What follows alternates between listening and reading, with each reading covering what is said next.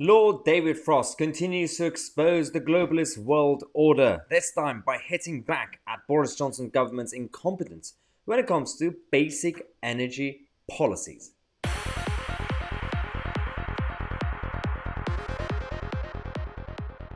Hello everybody, happy Saturday, welcome back to the channel. The first video is all about Lord Frost. Over the last few days we've been giving updates on one of my favourite politicos in the Westminster bubble, and that is Lord David Frost, who has hit back at the globalist world order, the new liberal agenda that's completely undermining everything that free market capitalism has actually achieved for the Western world, because corporatism is not capitalism. There are two different things. Firstly, he's talked about how a dangerous worldview is gaining ground, one that dictates that we must atone for the sin of prosperity. That is, all the achievements that we, as the Western civilization, made over the last few decades and century or so, all that was a sin, according to these people who are now in charge of our government around the Western world. So this is quite interesting that he's getting more direct and robust now, because until now, he's a very polite man, he's very diplomatic,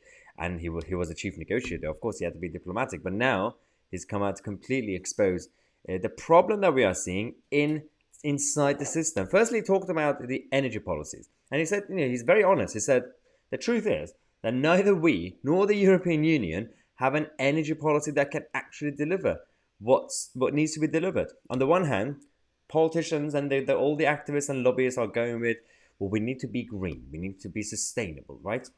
And on the other hand, there is a demand from the general public that they want energy to be affordable and to be accessible. Simple. It's not really rocket science, right, in terms of the demand.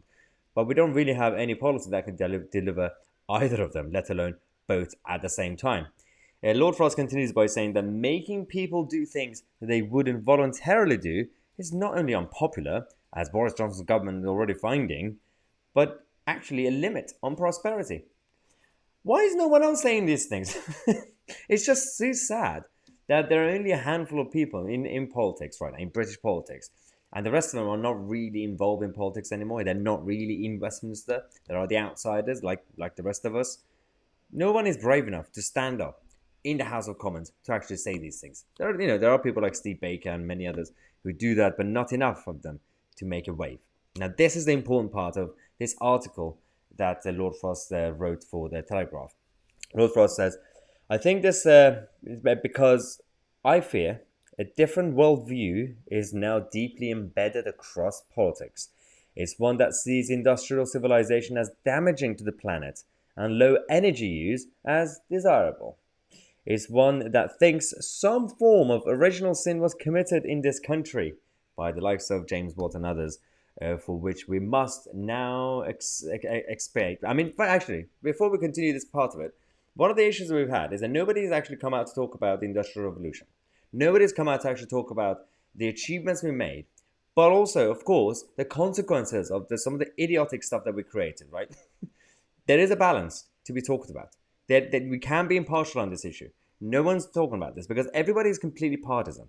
You got Team Blue, the Tory party, talking nonsense. You got the Labour Socialists who just want to bring down the whole system. And of course, as Lord Frost talks about, even people like James Watt and those who actually gave us the inventors, the discoverers, the innovators, the entrepreneurs who gave us this peaceful life that we now have, apparently they are the sinners. And this is why the whole thing is completely collapsing. And as it continues, this worldview is clearly shared by the Prime Minister himself, Lord Frost says. If you judge it by Boris Johnson's comments in Glasgow at COP26, you can easily see that, of course, Boris Johnson is going ahead with this agenda. Of course, he's not really listening to reason. But there is, as I said, there's only a handful of people who are willing to stand up against these so-called values, if they are values. Well, the good news is, on the 11th of July, Monday, 11th of July, my good friend Steve Baker is relaunching Conservative Way Forward.